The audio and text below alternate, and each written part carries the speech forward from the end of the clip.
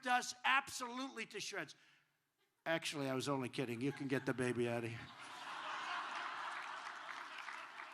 That's all right. Don't worry. I think she really believed me that I love having a baby crying while I'm speaking. That's okay.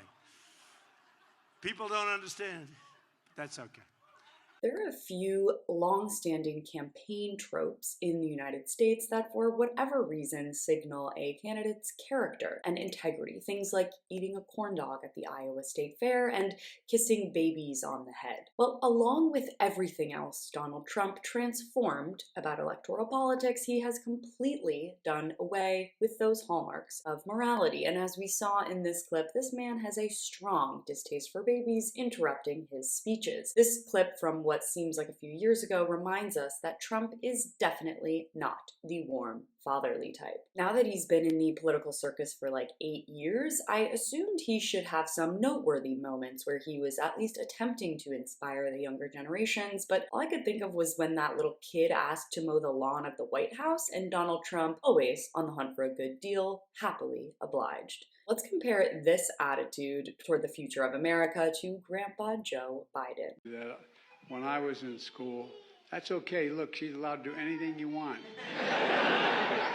Kids rule in my house, okay? What's the matter? What's the matter? I don't blame you. I'm bored with me too. Yeah. How you doing?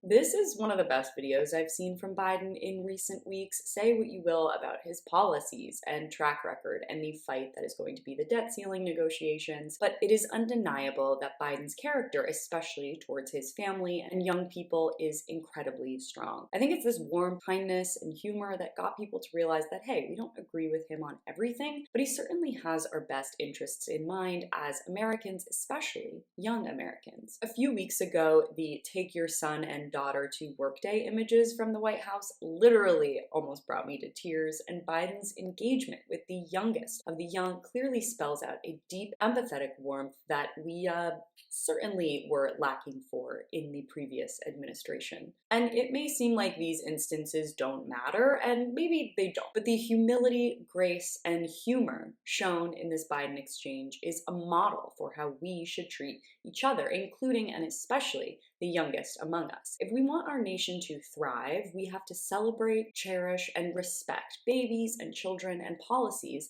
that allow for children and their parents to thrive. Biden's off-the-cuff remarks are cute and funny, but they signal his hope in this country when he clearly wants to leave better off than he found it. In contrast, Donald Trump doesn't have a vision for the US ahead of his own footsteps, and although that's not connected to any material policy, I think his character and lack of it will still speak volumes to voters as we approach his third time running for president.